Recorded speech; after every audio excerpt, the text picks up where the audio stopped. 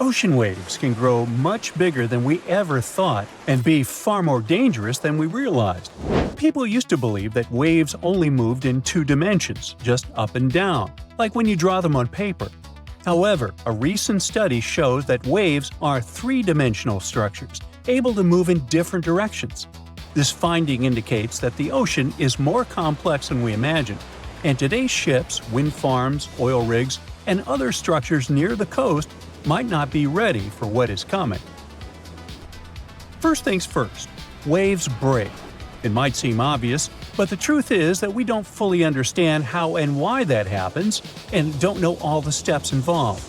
What we do know is that when waves break, they change shape and become steeper. To better understand this process, researchers initially assumed that waves were two-dimensional.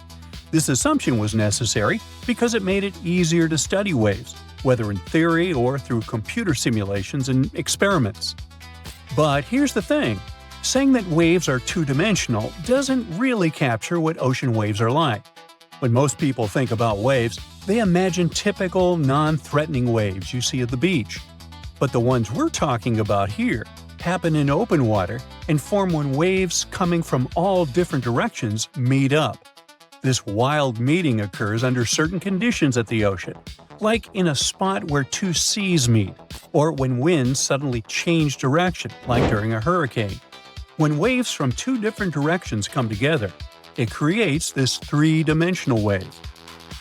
To test how these unique waves behave and how they could make the ocean more dangerous for us, two researchers built a special tank, like a giant swimming pool, measuring 82 feet wide and 6.5 feet deep. All around this tank, they installed 168 mechanical paddles. These paddles act like giant hands, pushing the water back and forth to create waves, just like you would if you moved your hand through water in a bathtub. Stop the video and go do that right now. No, wait, I'm kidding. Anyways, the paddles can generate waves of varied sizes and shapes. Plus, they absorb incoming waves so that they don't bounce around the pool and mess up the tests. Beneath the tank, they put 28 huge fans that push water across the tank to simulate ocean currents, mimicking how ocean water moves. Altogether, they circulate around 2,400,000 liters of water in the tank. All of this was done to create a kind of mini-ocean, controlled by some really cool technology. Great! Everything was set, and it was time to test. The experiment has shown us that three-dimensional waves can become twice as steep as two-dimensional waves before breaking. Let me explain. So, the normal waves you see on the beach break when they reach a very steep angle. They have a limit, a maximum steepness, if you will. When that limit is crossed, the wave breaks. So, what this study is telling us is that waves in the open ocean can get as much as 80% steeper than this limit before they start breaking. That also means they can get almost twice as high as normal waves before they start to break. But the researchers found something else that was interesting. Normally, when a wave breaks, it creates a white cap, that foamy part you see on top, and once it breaks, it's done. There's no going back. It's lost its energy. But when these multi-dimensional waves break, there is no white cap. They can only keep growing. That happens because the wave's energy isn't just concentrated in one direction, allowing waves to continue growing even after reaching the steepness limit when they're supposed to break. It's like these three-dimensional waves can redistribute energy and continue building up in the middle of the ocean. That means that together, these waves can grow 4 times steeper and larger than what we previously thought was possible. So, we are talking about bigger, massive waves that can suddenly appear in the middle of the ocean. It sounds scary to say the least. That's why, for our own safety, it's important to understand how this phenomenon occurs. Maybe buildings and homes along the beach aren't at such high risk from this. But these giant waves can pose a bigger threat to things that are in the middle of the sea, like oil rigs, wind farms, and boats. This finding raises significant questions about whether these constructions, as we design them today, are safe and could handle such extreme wave patterns. The thing is, sailors have been trying to warn us about this for centuries. In the 19th century, a French explorer named Jules Dumont d'Urville, well, I gave it a shot. He reported seeing rogue waves over 100 feet high during his voyages. Even though he was very experienced and respected, plus 3 other people confirmed that it had indeed happened, his story was discredited. Like this account, all other stories about massive and wild waves in the middle of the ocean were dismissed as myths, just tales sailors told to make their adventures sound more exciting. Hey, don't we all? Scientists only started taking these reports seriously in 1995, when a rogue wave was finally measured for the first time. The terrifying event happened at a gas platform in the North Sea, about 100 miles off the coast of Norway. The structure was built to withstand a wave of 64 feet, and even then, they thought a wave that big would only happen once every 10,000 years. But they definitely weren't ready for what happened on New Year's Day, when a monstrous 85-foot wave, 21 feet taller than predicted, hit the platform. In a more recent case from 2018, 8 men were on a 61-foot fishing vessel over 400 miles northeast of Hawaii's Big Island, when they suddenly got hit by a pair of rogue waves. One hit the back of the boat, and the other slammed into the side. It was too much to handle. A lot of water came over the top, flooding the boat and pulling it down to the depths. The crew had to abandon the ship and get into a lifeboat immediately. Thankfully, they were all rescued with no injuries at all. These are just a few examples showing that our current oil platforms and ships might not be prepared for massive rogue waves.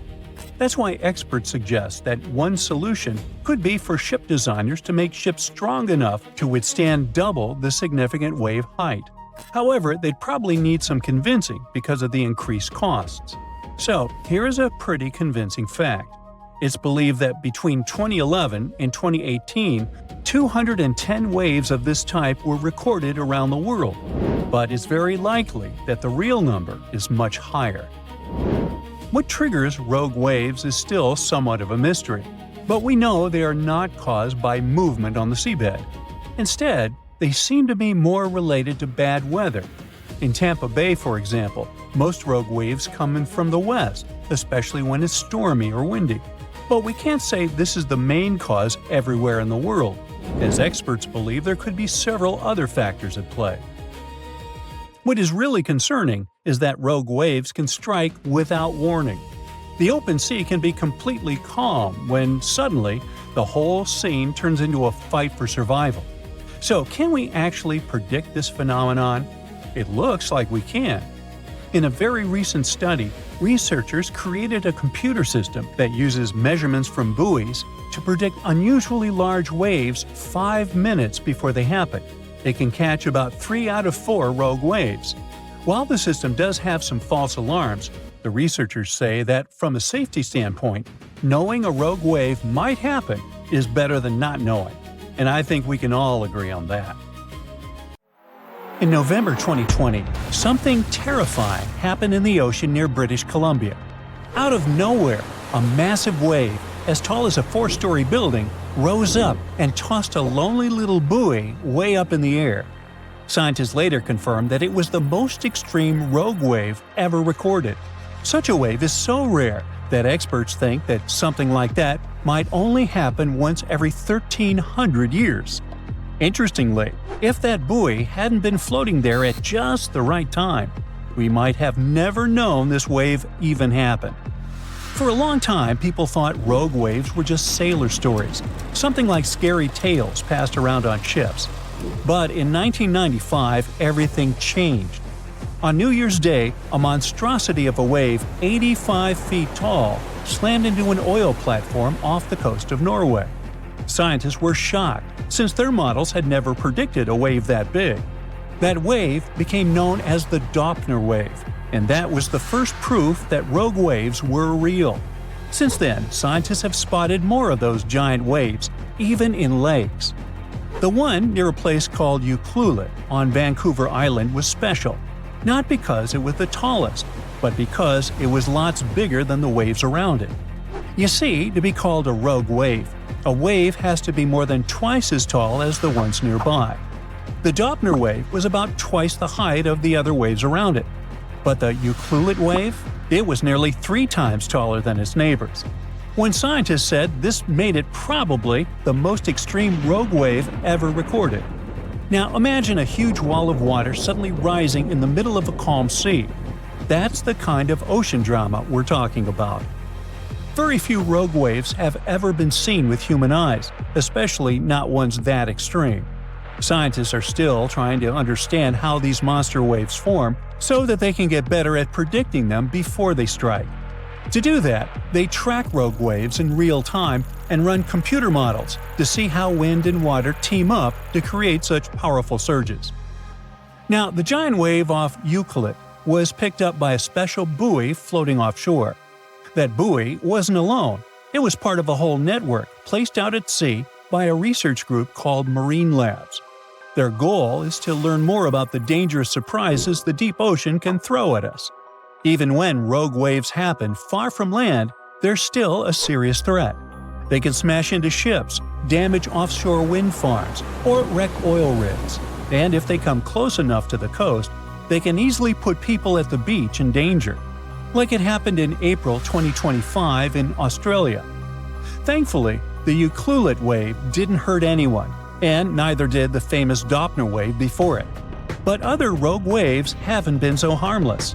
Back in the 1970s, some ships vanished without a trace. And now, scientists think freak waves might have been to blame. Bits of wreckage were sometimes found later. They were torn apart as if struck by a massive wall of water. Scientists think we could see more of these waves in the future, and this prediction is quite alarming. A 2020 study predicted that wave heights in the North Pacific might rise as the climate continues to change. That means the Ucluelet wave's record might not last as long as once expected. To make things even more intense, new research suggests these waves can be up to 4 times taller than scientists used to believe. And honestly, it sounds terrifying. Imagine sailing in the middle of the ocean and seeing a sky-high wall of water rising out of nowhere in front of your eyes. And rogue waves appear just like that, unexpectedly, unpredictably in the open ocean. While there's no exact size that makes a wave a rogue wave, they've been measured anywhere from 26 feet, like a 2-story house, to more than 80 feet tall. These waves are super steep, have sharp, towering peaks, and can be strong enough to damage ships or oil rigs. But what causes them? That's where it gets tricky. There isn't just one thing that makes a rogue wave happen. They can form when different wave systems crash into each other. Think of it like a bunch of waves from different directions suddenly lining up just right, and boom! They combined into one huge wave that's way taller than usual. Other things can help too, like fast ocean currents, strong shifting winds, or certain underwater features like reefs or deep channels. Those can force waves into a small space, making them stack up. And still, when scientists know all these ingredients, rogue waves are still super rare and really hard to predict. Rogue waves aren't the same as tidal waves or tsunamis. Even though rogue waves can be just as dangerous, they occur for different reasons. Tidal waves happen because the moon and sun pull on Earth's water, making oceans rise and fall. Tsunamis happen when earthquakes, volcanoes, or big underwater landslides push giant waves across the ocean. Rogue waves, on the other hand, suddenly show up out of nowhere in the open sea. Big ships and oil rigs are built to handle waves up to about 50 feet tall. But rogue waves often get even bigger than that. That's why they can cause a lot of damage. For example, in December 2022, a huge rogue wave slammed into the cruise ship Viking Polaris near Antarctica. It broke windows, hurt some people, and sadly, even led to the loss of one life. Rogue waves have caused other accidents too. That's how dangerous they really are. These days, scientists know for sure that such waves happen way more often than you can imagine. I'm talking about one rogue wave for every 10,000 normal waves. Studies also show that waves have been getting bigger over the years. Still, rogue waves are tough to predict because we don't have enough information and they come up so fast. Now, even though rogue waves occur in the oceans all around the world, some places get more of them. One is near South Africa, where a strong current called the Agulhas flows. Another is the North Atlantic Ocean, where big currents like the Gulf Stream meet. Rogue waves have also been spotted in parts of the South Atlantic, Indian, and Pacific Oceans. But even if you live far away from those places, don't relax just yet. Rogue waves can happen in big lakes, too. A famous example is the SS Edmund Fitzgerald, a giant iron ore freighter that sank in Lake Superior during a storm in 1975. The lives of all 29 crew members were lost, and a rogue wave might have caused the ship to sink. And that's not the only disaster caused by a rogue wave. Before scientists started measuring these waves, many shipwrecks had been mysteries. Now, some experts believe rogue waves caused some of them. For example, the USS Cyclops disappeared in 1918.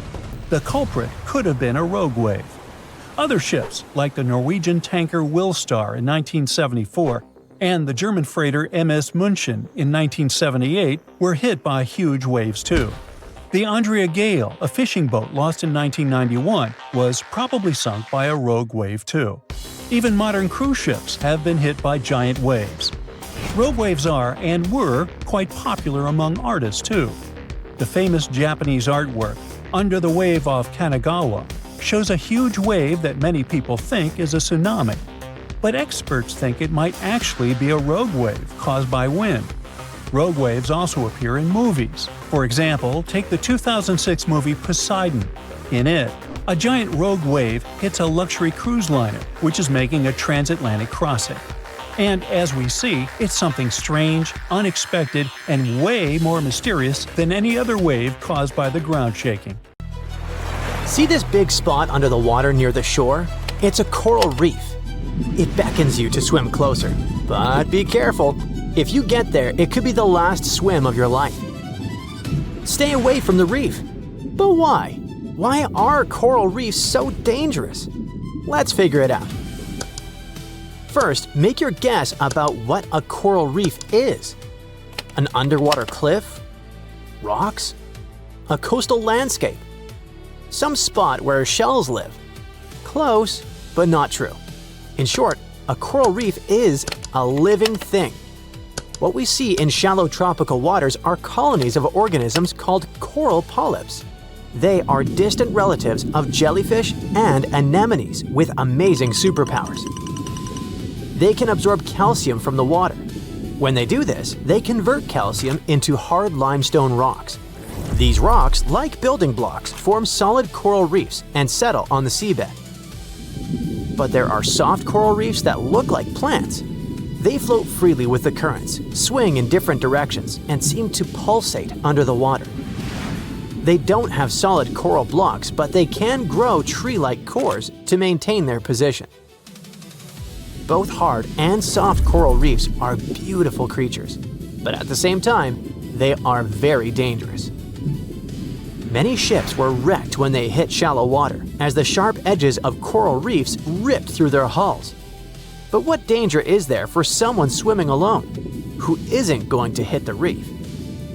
You can just scuba dive and enjoy the beautiful views of coral polyps, but be prepared to encounter unexpected and unpleasant creatures. A coral reef is not just a living colony, it's a home for thousands of diverse marine creatures. And some of them can be very dangerous for humans. Like the blue-ringed octopus, for example. This is a tiny creature that you will definitely notice thanks to the bright spots on its body, but don't touch it with your hand, as it's one of the most venomous creatures on Earth. The amount of toxic venom carried by this octopus can harm 26 people, and these people are unlikely to survive this encounter. The poison works within a few minutes, and there's no antidote in the world. What makes it even more dangerous is that the octopus's sting is painless. You probably won't even know you've been stung until the first symptoms appear: body paralysis, respiratory problems, and cardiac arrest. But even if you don't notice the octopus and swim past, you'll probably notice the box jellyfish, whose tentacles can reach several feet in length. It looks like a creature from deep space, and you better not approach it. The box jellyfish is considered the world's most venomous creature. There are special cells in their tentacles that release a toxin called nematocysts. Over the past 100 years, roughly 70 people lost their lives after encountering these jellyfish. But most likely the number is much higher. We just don't know about all such cases. Unlike the painless sting of the blue-ringed octopus, the encounter with a box jellyfish hurts. Another dangerous inhabitant of coral reefs is a rock. Yes, take a look. It's just a rock that's part of the reef. But wait a minute, it seems to be moving. Don't touch it. It's incredibly venomous. By now, you've probably already realized that this is not a stone. This is the stonefish. And this sullen-looking guy is one of the most venomous fish on the planet.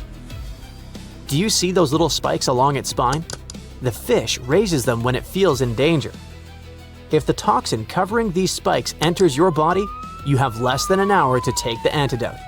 If you don't make it in time, better not dwell on the worst-case scenario. Do you still want to swim closer to the coral reef? If so, go ahead. There are other scary creatures there. This one, for example, doesn't pretend to be a rock or something harmless. It looks dangerous, and it is dangerous. It's the moray eel.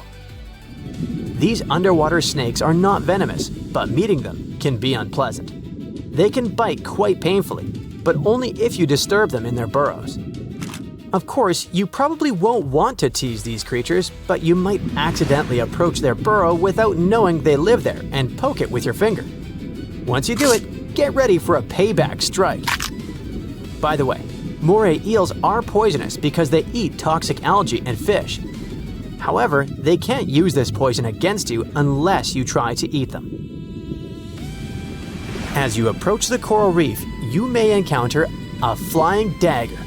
This is the needlefish, a thin, fast fish with a sharp nose and prickly needle-like teeth.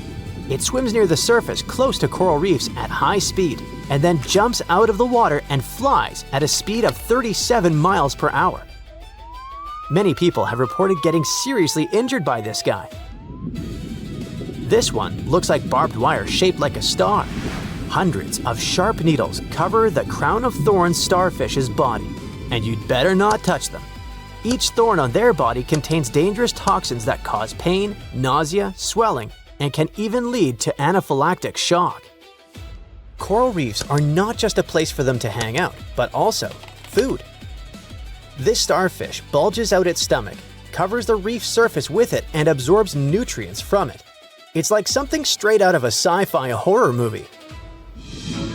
But don't think that corals are something scary and dangerous. In fact, coral reefs are some of the most useful things in the ocean. They even save people's lives. Do you know that lines of coral reefs cushion the impact of tsunamis and protect the shores from flooding? Some large reefs, like the Great Barrier Reef, are the boundary between the open sea and shallow waters. They stretch along the coast and form a protective wall that serves as a barrier against tsunamis and landslides. During a storm, rocky coral reefs disperse large waves and soften their impacts on the shore. But the coolest thing is that corals help your Instagram profile look better. What? Yes, that's right. Do you know these beautiful paradise-style photos when the water near the shore is blue and the sand on the beach is white? So sand gets this unique color thanks to corals. As you already know, coral bodies are made up of calcium carbonate. When waves and storms destroy corals, they wash out these calcium particles directly onto the shore. Besides corals, tiny bits of crushed seashells also end up there. Over time, layer by layer, they build up to form white sandy beaches. By the way, parrotfish are also involved in creating this beauty. These little fish feed on algae that stick to coral reefs, so they also consume pieces of coral along with their food. Then, when they're full, they release the coral particles, which eventually become the white sand. One such fish releases about 200 pounds of coral waste per year. So in a sense, this white sand appears because parrotfish go number 2. Coral reefs are ancient. the average reef grows at a rate of about 0.7 inches per year. And now look at their sizes. The Great Barrier Reef stretches for more than 1,430 miles, and it's been growing for 8,000 years. It's been here since people began to develop agriculture, domesticate animals, and build the first settlements. And some reefs are much, much older. That's why it's so important to preserve this unique natural wonder. And humans end up destroying it, often when ships accidentally crash into coral reefs. When this happens, it ruins the home for thousands of sea creatures. Ocean ecosystems get majorly impacted. But we also try to improve the situation. Coast guards protect the areas where coral reefs grow so that no vessel can approach them. These majestic creatures are a crucial part of nature, and this is another equally important reason why we should stay away from them. A 4-story wall of water that only rises once in 1,300 years was recorded off the west coast of Canada. Some people blame waves like this for disappearances in the Bermuda Triangle. Rogue waves can get strong enough to sink container ships and oil rigs. The Canadian water monster didn't hurt anyone, but it did become a sensation. And it looks like we're about to see even higher and more powerful rogue waves in the future. The team of Marine Labs, the company that operates the buoy that got caught in the Ucluelet wave, couldn't believe the data they saw. A huge force came out of the blue, pulled the buoy down, and then set it up to a peak before taking it even deeper. They thought it must be a rogue wave, so they sent the data to a scientist at the University of Victoria who specializes in these beauties. They analyzed the data and confirmed it was indeed not a technical mistake. The wave officially became the most extreme rogue wave ever officially recorded, as it was 3 times the height of waves around it. Scientists have reported seeing giant waves coming out of the blue for centuries, but no one really believed them. Back in 1826, a French scientist and naval officer was crossing the Indian Ocean on his ship, the Astrolabe. They got in a terrible storm and saw several waves over 98 feet tall. It's almost as tall as a 10-story building. The crew lost one of its members, but the 4 of them, including the captain, made it to land and shared what they saw. But back then, scientists were sure waves couldn't be taller than 30 feet. Everyone took their story as a tall tale. Pun intentional. Over a century later, a cargo ship, the MS München, mysteriously disappeared. People believed it to be unsinkable, just like the Titanic, so it was a real shock that all that was left of it was one lifeboat. When experts analyzed the damage, they concluded that it must have been hit by a wave that was around 65 feet high. Witnesses shared many other stories of giant waves coming out of nowhere, but scientists officially recognized the first rogue wave only in 1995. It went down in history as the Doppler wave, or the New Year's wave. This monster on the North Sea that was 84 feet tall hit the Norwegian gas platform Doppler on New Year's Day. It was twice larger than the wave surrounding it. The rig was built to withstand waves up to 64 feet tall and had the most advanced sensors for its time. The wave wasn't like any other type of wave they'd studied before. So they had to admit rogue waves were real and gave them an official definition. It's a wave more than twice as tall as others around it. It can pop up lightning fast in a stormy sea, or show up out of nowhere in calm waters.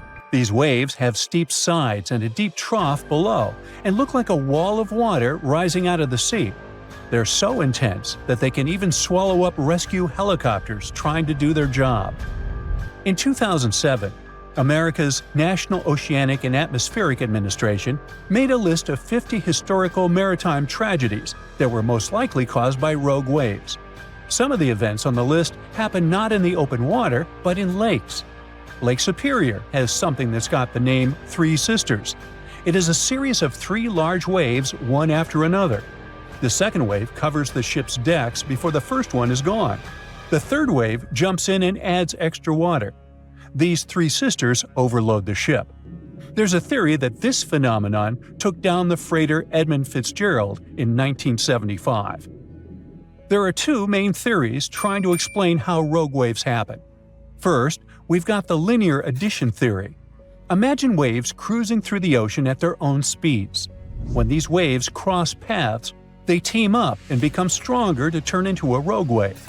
Then there's the nonlinear focusing theory. It says waves like to roll in groups, and when they spend time together, they exchange some energy. Sometimes, this energy exchange turns into a rogue wave. To predict the formation of these freaky waves, scientists would need an innovative radar system to keep a constant eye on the waves near a boat. They'd collect all the data and put in a math model that would create a real-time picture of what the ocean surface looks like at that very moment.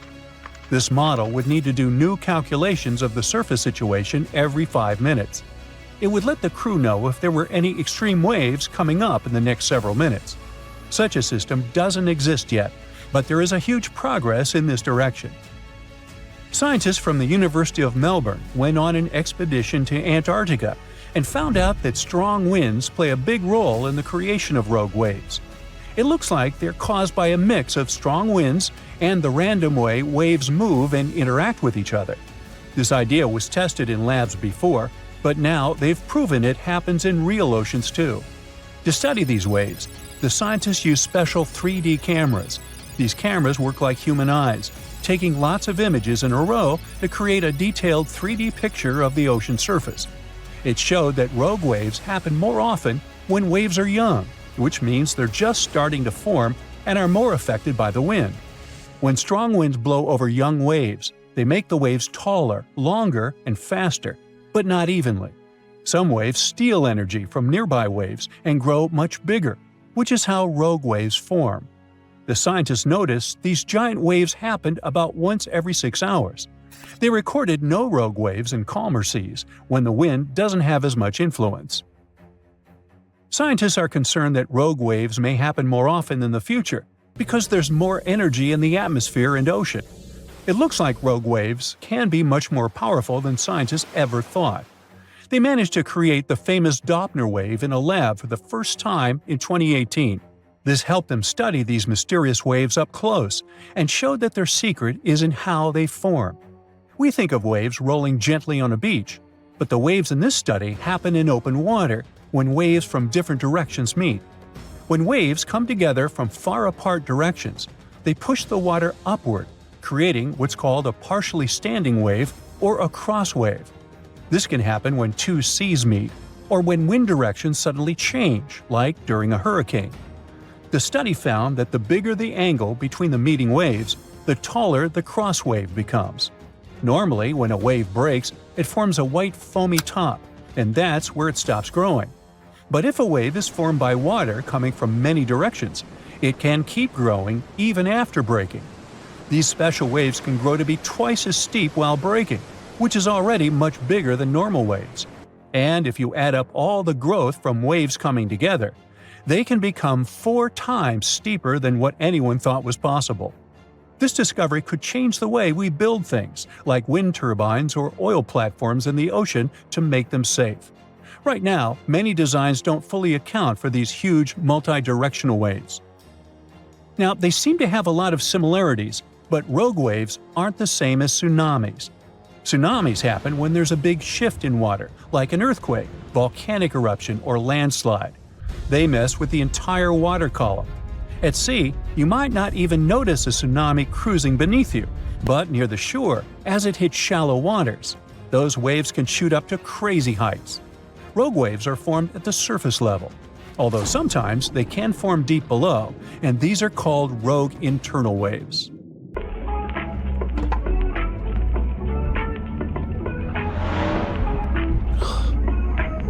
What is this? Oh my God! Whoa!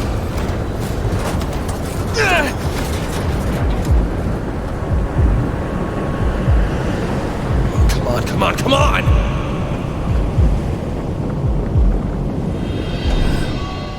It seems to have passed.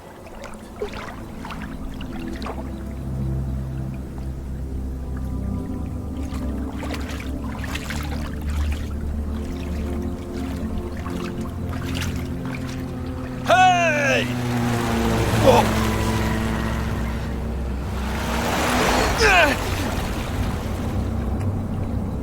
Useless. They can't hear or see you. What? Look there.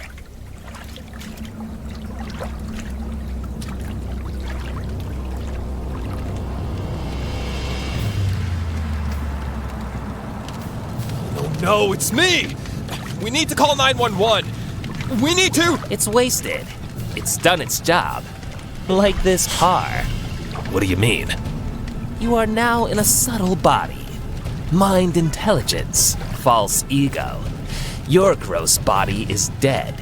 Wait for a new one to come out. How long? 9 days, and then another 40. How did you do that? Teleportation? You can do it too. Imagine yourself at the top of this tree. Whoa!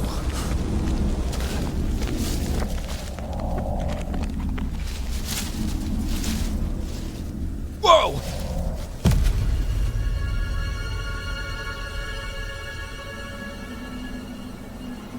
Can I go underwater? Yes, try it. Whoa!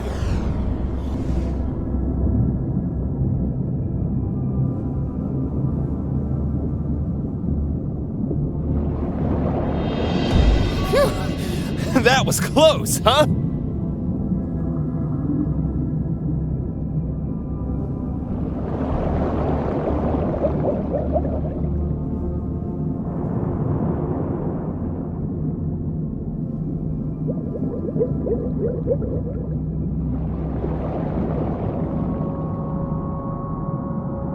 Oh, I see. Wow. What's going on? I do nothing. Whoa! What am I doing here? Your subtle body shifted here for a reason. Oh, really? But how? You have a bond with your girlfriend. She must have thought of you. Wow, it feels so real. Can she see me? Most people don't see subtle bodies. Miss, please, stop. I need your help. Looks like a car accident. I don't like this. Follow me, please. Hurry up. You're my only hope. There's something wrong with this guy. Let's keep an eye on him. Okay, I'm here. Look out! Not so fast. Get out, you freak.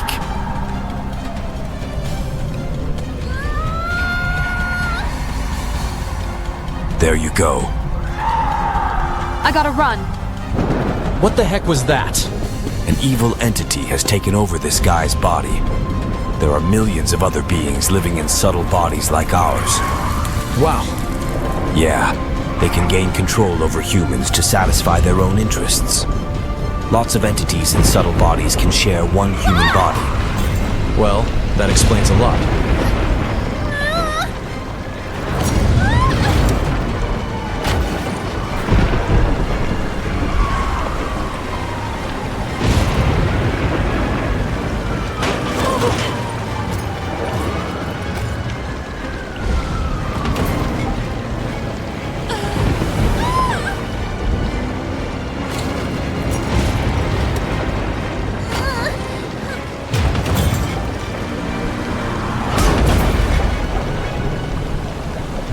This city's a hot mess.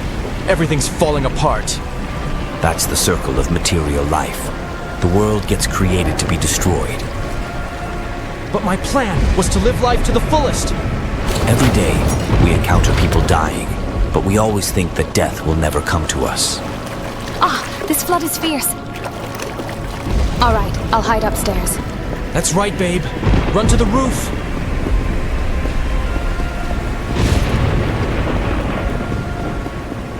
Look who we have here. Oh no! What a peaceful morning. Can't wait to start the trip. Wait a minute. What's wrong with the water level? No! The wave is already here! I gotta move as fast as I can! Hey, lady! It's too dangerous! Ow! Oh, the water is so cold! Come on, let's go upstairs. Okay. We need to climb as high as we can. Otherwise, we're gonna be washed away. Don't panic. We'll get out of here. Oh, gosh. Look! There's a departing train! We should try to jump on it. Hey! Come on, buddy! Let us in! Wow! Oh, watch out! Come on, I got you. Look, here's another train. Run! Hey! Wait for us! I don't like it. There's too much water. We should jump on the railways and try to escape. It's falling on our heads! That was epic. We gotta climb. Are you ready? Let's go. Come on, I got you. Oh no, another one. Ah! Watch your head! Ow. Give me your hand! Don't be afraid. I'm here. I'll pull you out. There you go. Yeah, wow. No worries. The water is coming. Ugh. Everything's falling apart. Let's get out of here. Okay.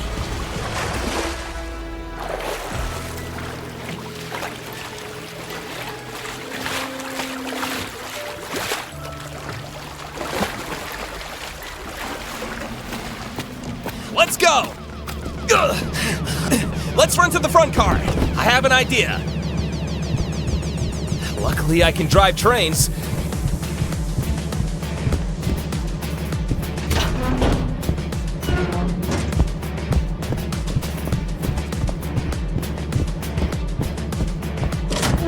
Hear the sound of water? Turn around. The water is coming.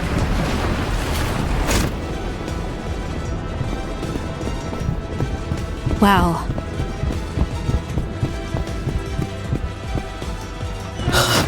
Let's get out of here.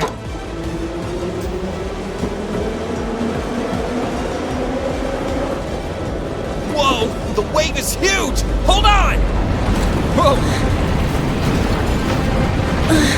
Thank goodness we're inside the train. Today's our lucky day.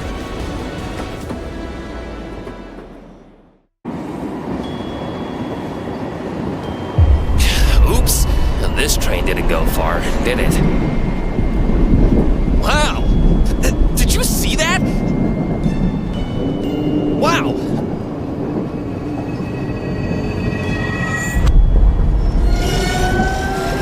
Watch out. Ugh. I gotta move quickly.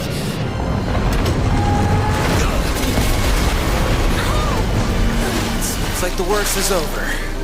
Let's go this way.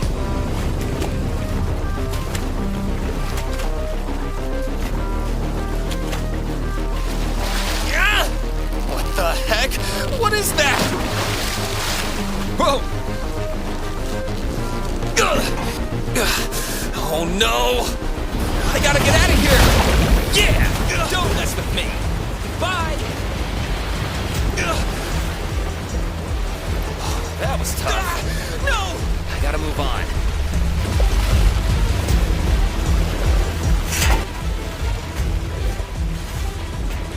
Oh no! How did you get here? Yeah, wow. We kind of ran away. Don't panic.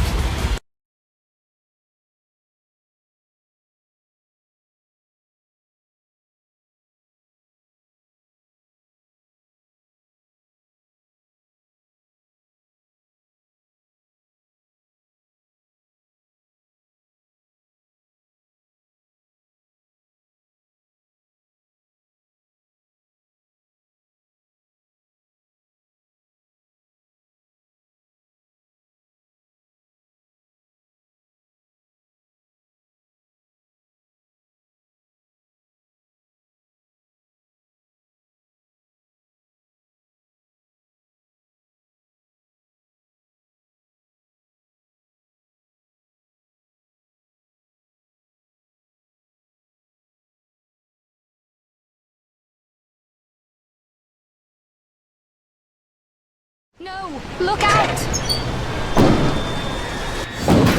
Ah! It's too strong! This can't be happening!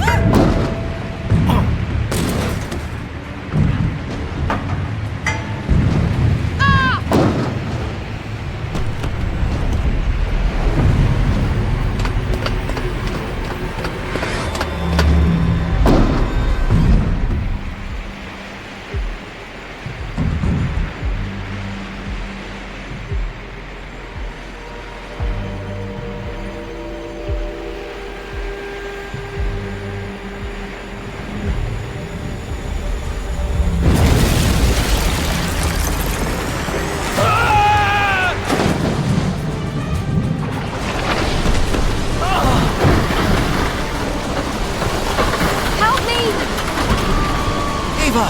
No! I need to help her.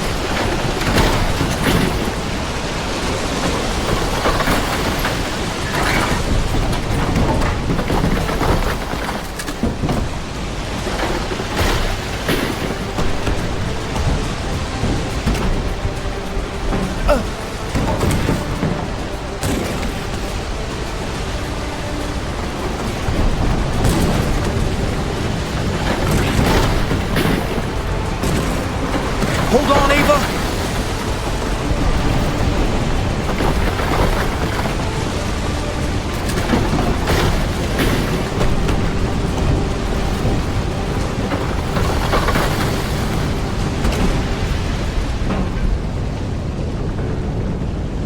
I'm coming, Eva!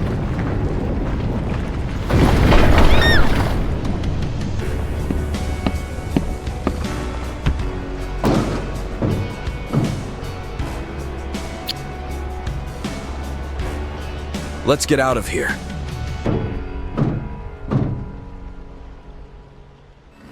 Unbelievable. Everything's flooded. Here's what a dam failure can do to a city. I gotta be careful. Whoa! Okay, it's time to brace myself. There's a couple of obstacles ahead.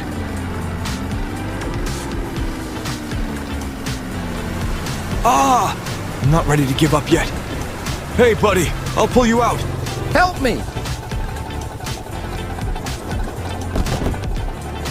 There you go.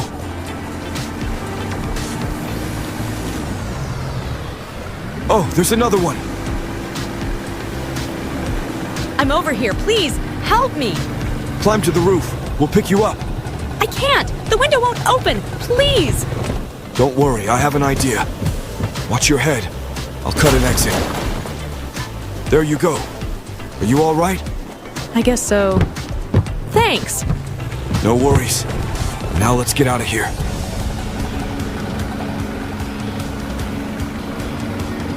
All right, guys, we gotta make another stop. Hopefully it's not too late.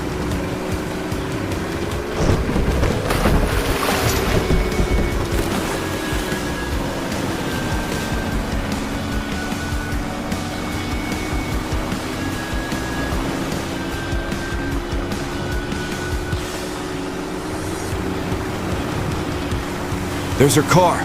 Wait here. Hi, babe. Hi. Oh, I'm so glad to see you. Are you hurt? No, I'm fine. You arrived here just in time. Phew, thank goodness. Come on, get into the boat. It looks like the apocalypse. Let's just stay optimistic and try to survive.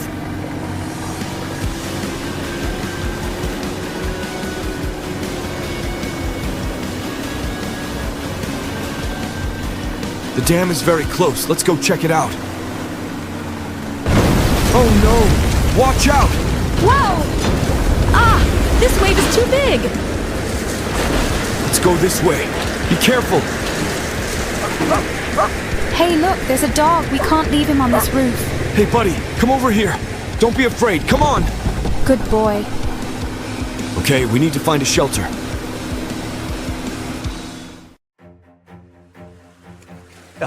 The sea is kind of rough today.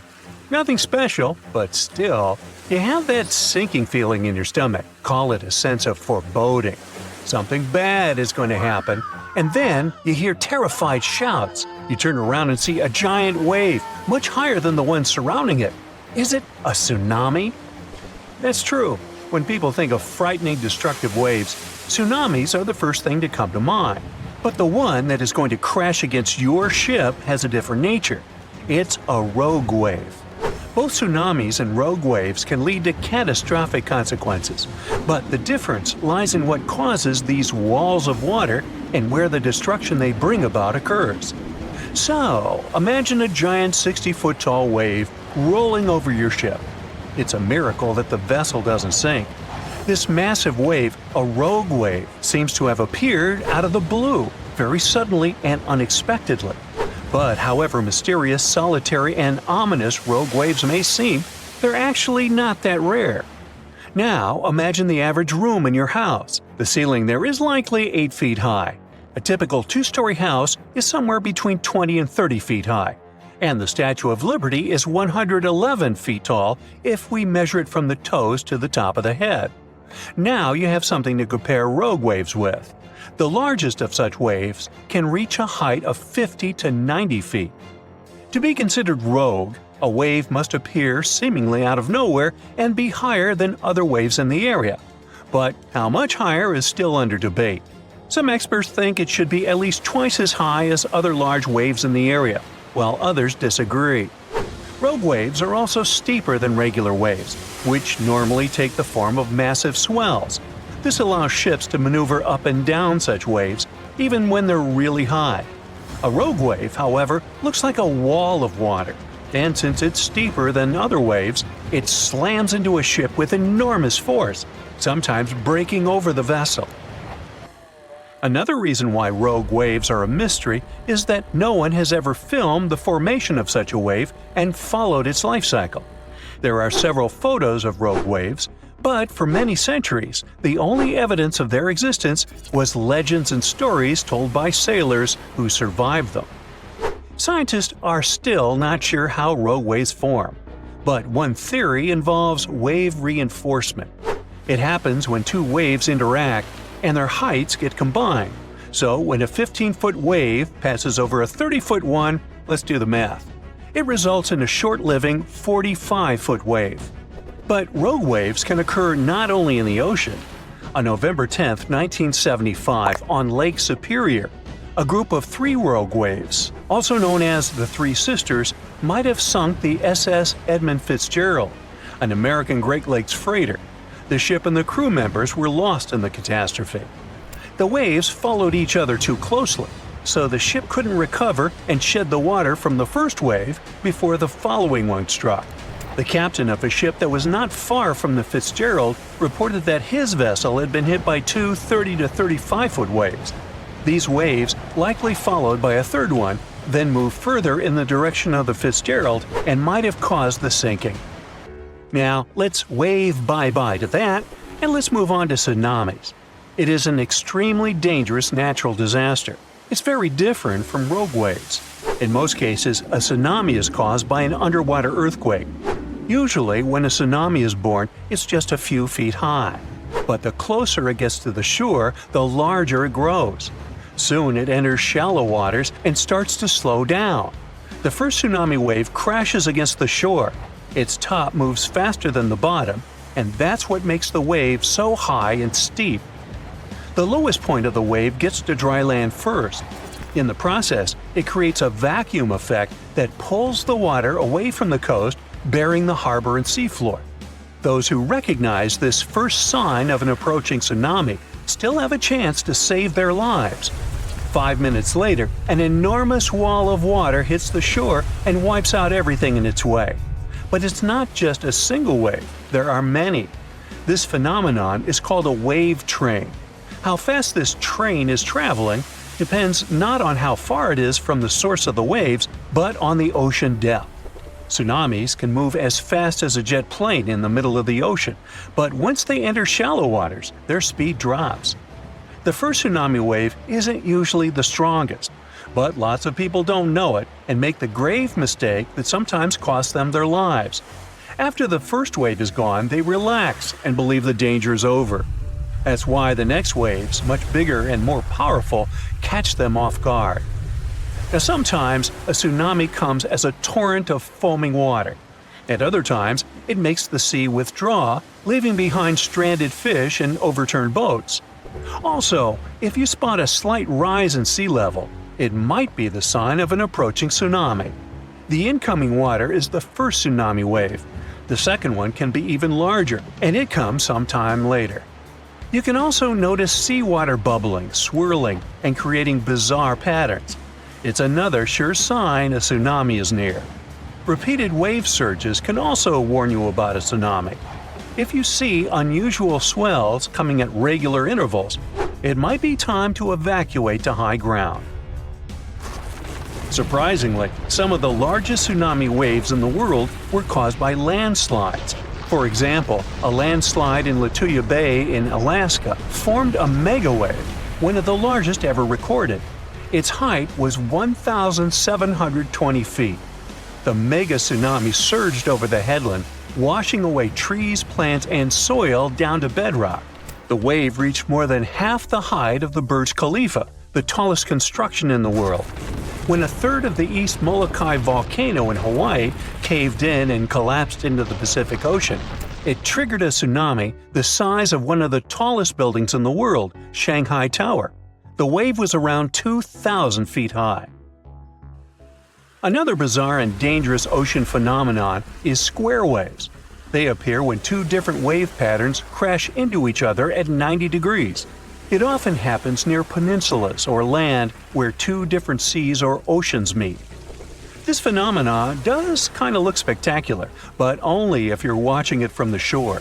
Don't even think about getting in the water to play with such waves. Cross currents in that spot can easily pull even a skilled swimmer under the water. Square waves have caused many shipping accidents over the years, too. And if you see wild, choppy waves carrying ocean debris and seaweed, stay out of the water, too. It can be a sign of a strong rip current. That can carry you far away into the ocean. And now, let me tell you about a much larger, I would even say planet-wide phenomenon called Rossby waves. There are two kinds of such waves, oceanic and atmospheric. But since we're talking about ocean waves, yeah.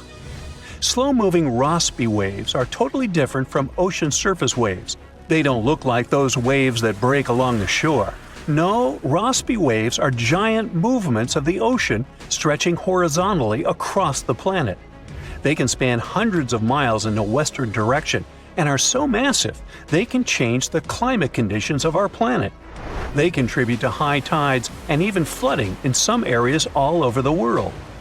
The movement of Rossby waves are complicated and depend on the location. For example, in the Pacific, waves that are closer to the equator take from a few months to a year to travel across the ocean. At the same time, waves further away from the equator often need more than 10 years to make this journey. So, as it goes by, be sure to wave. In November 2020, a wave the height of a 4-story building was recorded off the coast of Vancouver Island, Canada. The team at Marine Labs, the company that operates the buoy that got caught in it, couldn't believe the data they saw.